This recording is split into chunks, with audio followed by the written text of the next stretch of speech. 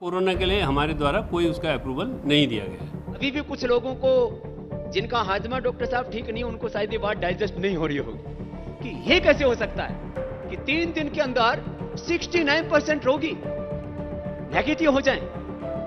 ये बाबा रामदेव हुए और ये सब लोग जितने भी बाबा हैं घूम रहे हैं, देश को बदनाम करने वाले लोग हैं। इनका देशभक्ति से कोई मतलब नहीं है। ये अपने आप को देशभक्त कह रहे हैं लेकिन देशद्रोही हैं ये एक तो इन्होंने जो ये किट बनाया है, इसकी परमिशन कैसे कहाँ से ली? क्योंकि किट अगर इन्होंने बनाया 3 दवाओं को मिला के, जो कोरोना किट ये दिखा रहे थे टीवी पर, तो उसकी परमिशन कहाँ से ली इन्होंने? दूसरा हम देंगे ड्रग एंड कॉस्मेटिक एक्ट 1940 के रूल 170 के अंतर्गत, जिसमें यह है कि अगर कोई ऐड आप करते हैं तो उसकी परमिशन स्टेट लाइसेंसिंग अथॉरिटी से लेनी पड़ेगी। तीसरा है DMR act, drug and magic remedies act 1954, जिसमें कि ये इस तरह के क्लेम करना वैधानिक नहीं है, उसके अंतर्गत भी इनको नोटिस जारी किया जाएगा। करने वाले लोग हैं, इनका देशभक्ति से कोई मतलब नहीं है। ये अपने आप को देशभक्त कह रहे हैं लेकिन देशद्रोही हैं ये ऐसे वक्त में भी देश के साथ धोखा कर रहे हैं। इनके खिलाफ आज बिहार के अंदर FIR हुई है मुजफ्फरपुर में 420, 120B, 270, 504/34 ये धाराएं लगी हैं बाबा रामदेव पर। और ये लोग तो भाई आहिस्ता आहिस्ता जब इनकी पत्रें खुलेंगी तो ये तो पक्के देशद्रोही साबित होंगे, पक्के देशद्रोही।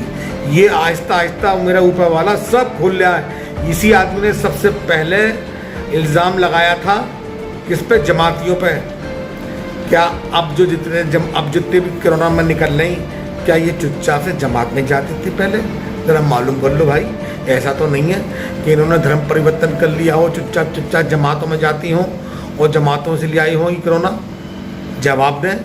दूसरों पे उंगली उठाना बड़ा आसान है। जब मैं आप पे एक उंगली उठाता हूँ ना, तो ये 3 उंगली मेरी तरफ होती हैं। भगवान ने, अल्लाह ने, ईश्वर ने इनका चेहरा काला कर दिया। ये देशभक्त नहीं है, ये देशद्रोही हैं।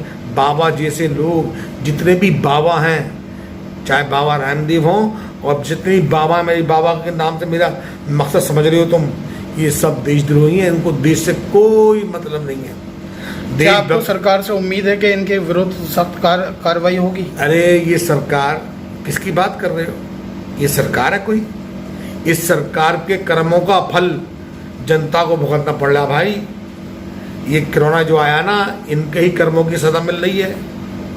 ये कोरोना जो आया इनकी वजह से आया है। एक मिसाल है, करामीन खेती करे, बद मरे या सूखा पड़े, ये वो लोग हैं। आज जनता की सजा नहीं है।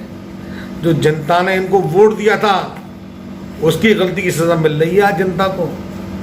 और 2 वोट इनको, इन जैसे लोगों को, यही होगा।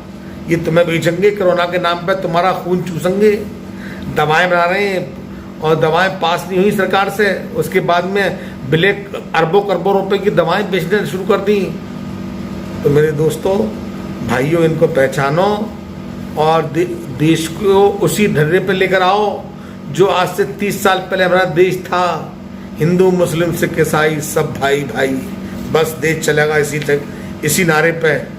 देश इस और किसी नारे पे नहीं चल सकता। रामराज चाहिए लेकिन इन जैसा रामराज नहीं चाहिए। हमें रामराज जरूर चाहिए, हमें असली राम का राज चाहिए।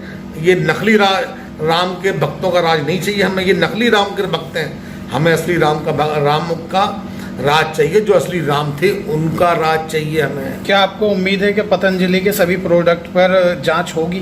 अगर जांच हो जाए ना, मैं तो कह रहा हूँ CBI सब जांच हो जाए इनकी, तो दूध का दूध, पानी का पानी हो जाएगा। इनकी धोती के नीचे अंग्रेजों का नेकर है, अंग्रेजों का नेकर, RSS का नहीं, अंग्रेजों का।